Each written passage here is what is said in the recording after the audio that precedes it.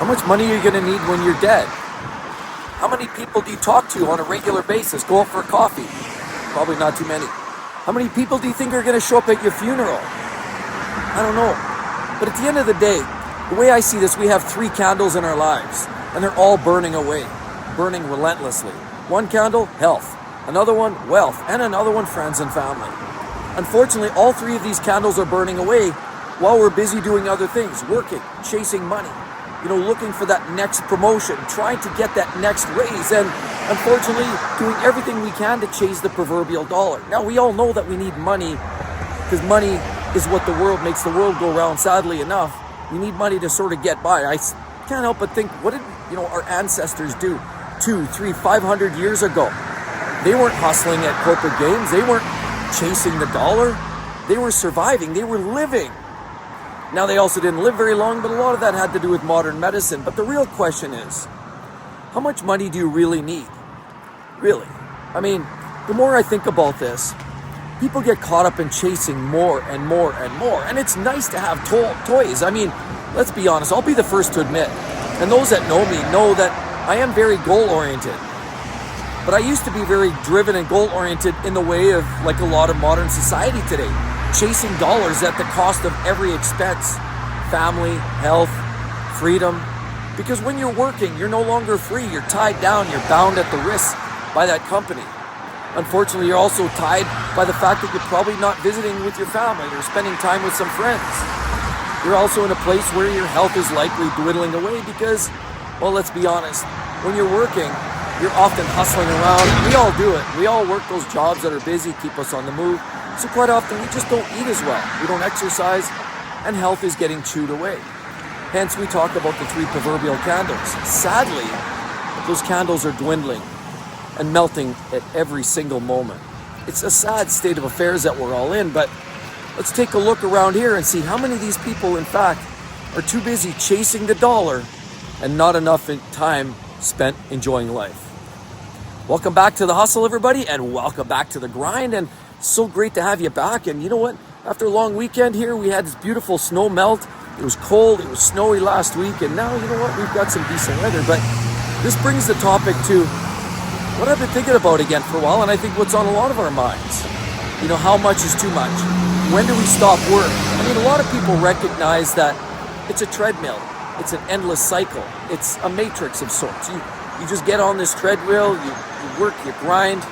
If you're lucky, you get 20, 30% of your gross pay or your net pay at the end of the day. So all we do is continually chase, only to look over the shoulder and see increased taxation, increased cost of living, increased printing money, and ultimately our money becomes almost valueless.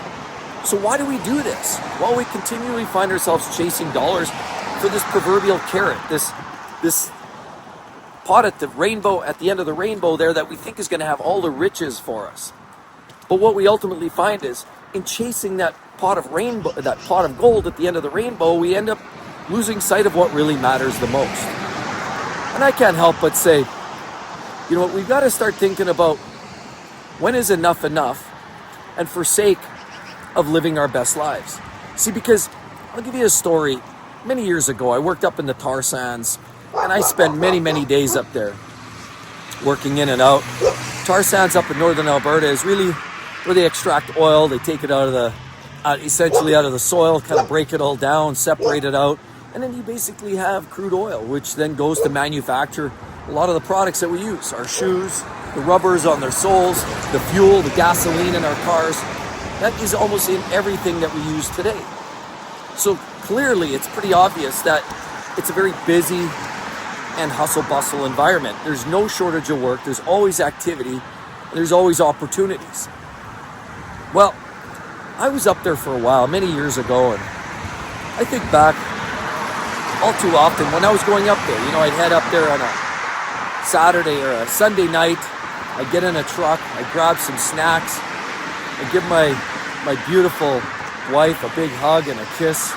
Say bye to the little ones, and I was crushed. I was devastated every Sunday when I had to get into the work truck and head on up to the tar sands to leave and go there for 2 weeks, 3 weeks straight. And this would go on. The cycle was on and on and on. And it's something that a lot of you do as well. Now, not everybody travels for their work, but in some cases you might as well, because I know a lot of people that spend time in the corporate environment that focus on nothing but advancing their careers, moving on up, taking on those reports and those projects, trying to undermine their peers to get that next promotion. So they're doing everything it takes to not just survive in the now, but try to advance themselves to a place where they believe that money is going to be the end all and be all of all their happiness. See, this is a sad, sad, sad state, and I can't help but think those days when I would head up to the tar sands and I'd go up there and I'd be spending the first few days, I was in absolute misery. And I spoke about this working in isolation before, but it never became more clear to me about people that chase money and give up absolutely everything in life otherwise for that dollar. See, because you would look in the parking lot, and these parking lots of these camps were housing thousands of workers that were up there doing the same thing in some way.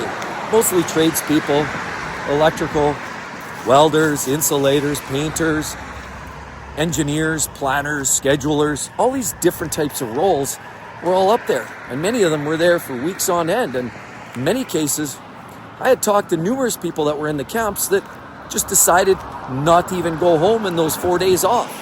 Rather, they would just top up, pay the camp, and say, look, I just want to stay here. I'm free, I'm fed, I'm watered, I got free lunch, and I got room and board. See, but when you looked around and panned around those parking lots, there was no shortage, and I mean thousands of cars in these camps that had people that were driving old, clapped out cars, busted up trucks, vehicles that were largely roadworthy-less. They weren't even safe in many cases. Bald tires, burnt out taillights, smashed fenders.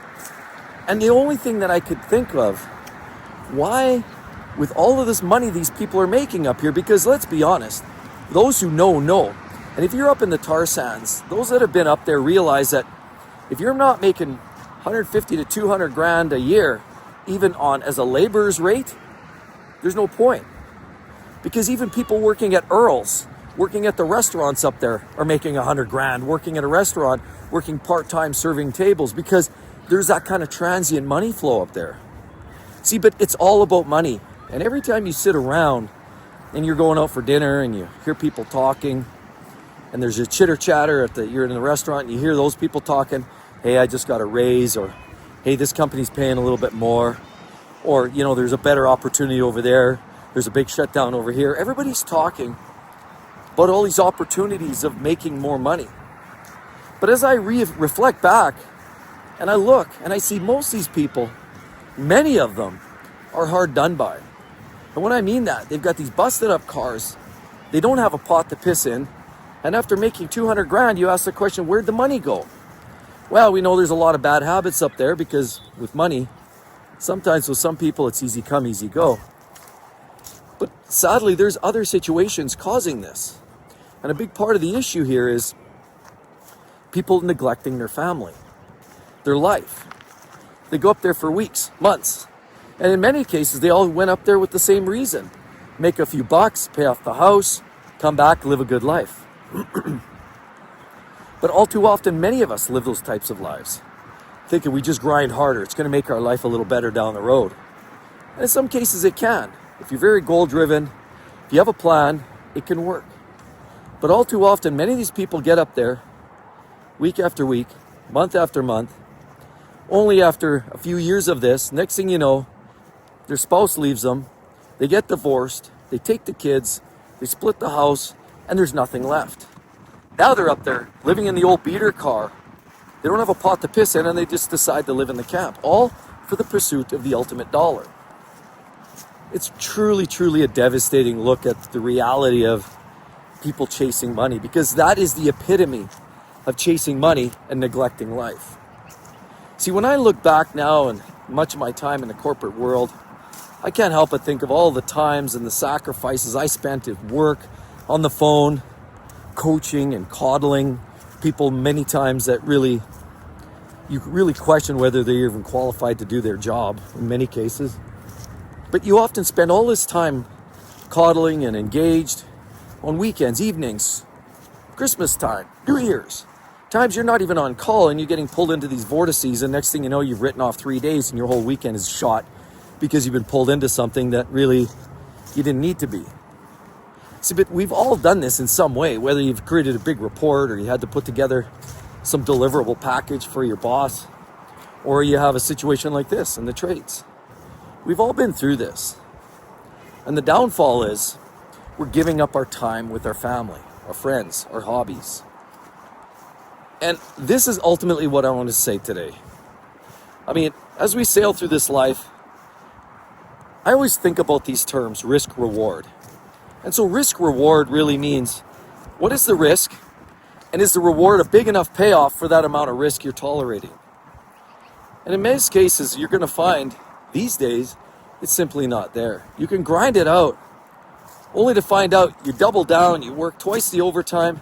Next thing you know, the government and the processes, I know here in Canada particularly, the tax system is one which scales upwards. So essentially, the more you make, the even more, almost indirectly proportional, or directly proportional to the amount of taxes you pay. It's not even linear. It's an absolute skyrocketing amount you pay in taxes if you start working overtime, longer hours. The system isn't necessarily there to make you even incentivize that. But we all think, you know what, I'm working extra hours, 80 hours, 70 hours a week, I'm making money, only to find the vast majority of it is gone, up in smoke. Meantime, while you're at the office, while you're out in the field, while you're up in a camp, your family's creating a life for themselves, doing their own things, meeting new friends, going to Christmas parties, going to birthday parties, living their life, going down to the park to play some ball. Meantime, you're not part of that picture. This goes on, year after year, month after month, and all you can think of is those candles just slowly burning away. And you know they're burning away, but you're thinking, just one more year. But guess what? Some candles burn a little faster and hotter than others. And you don't necessarily know. Is it your health? Is it the family? Is it like all these guys up in Fort McMurray that have given up their lives, and the family and the friends are the first to burn out? Usually that's the one that goes first, because you're neglecting everybody. The relationship's going out the window, and you usually forego everything for a paycheck. Next thing you know, things like health, because you're eating in camps, or you're shortchanging yourself, or you're eating fast food, you're working at the corporate downtown office, you're heading off to A&W, McDonald's to grab that quick lunch. You're hurting your health too. But ultimately, let's be honest. The only thing you think you're gaining is your wealth. Even that wealth is, by and large, not even there. It's a bit more of an assumption. It's a bit more of an isolated, horse blinder look at finances and what wealth really means. Because when we really think about it, what do we really all do? I mean, whether you're the top CEO at some of these big organizations, or you're the janitor, if you really look at it, and I've seen this in many of the companies I've worked, the span isn't really as big as you think. I know there's people that say the multiple is CEOs are something like 100 times multiple of what the bottom salary. That, in fact, there are some truths to certain degrees of what the CEOs make, and let's be honest, they write their own checks. So that's another conversation. But largely, most people from bottom to top, there's a big pay raise differentiation or differential, but does it really matter? Because at the end of the day, that person that's at the head table, one of the big VPs, they might have a bigger house, they might live in that 5,000 square foot house and drive that new Porsche. But you know what? That person, the janitor, might be living in a 900 square foot house, but driving a Volkswagen. But at the end of the day, they both have a house and a car. So really, what's the differentiation? And ultimately, the people that are usually at the top are sacrificing their integrity. In many cases, I've seen it. Their integrity. They've lost respect, although they think they've got respect, but sometimes decisions they make, they sort of blow that out the window. But the most important thing is they're giving up a lot of their relationships. It's the relationships that take the biggest hit and suffer the biggest toll. You've got to plan your route. You've got to make your bed and sleep in it, right? As they say. So ultimately, the plan is a big part of that. And the whole idea of working till the end just makes no sense to me at all. Because what are we chasing? This carrot? I'd like to hear your thoughts down below, everybody. Again, as always, check out that video right there, a very popular one that really dives into the fact that, okay, yes, I retired early, but there are some drawbacks. But most importantly, I lost all my friends.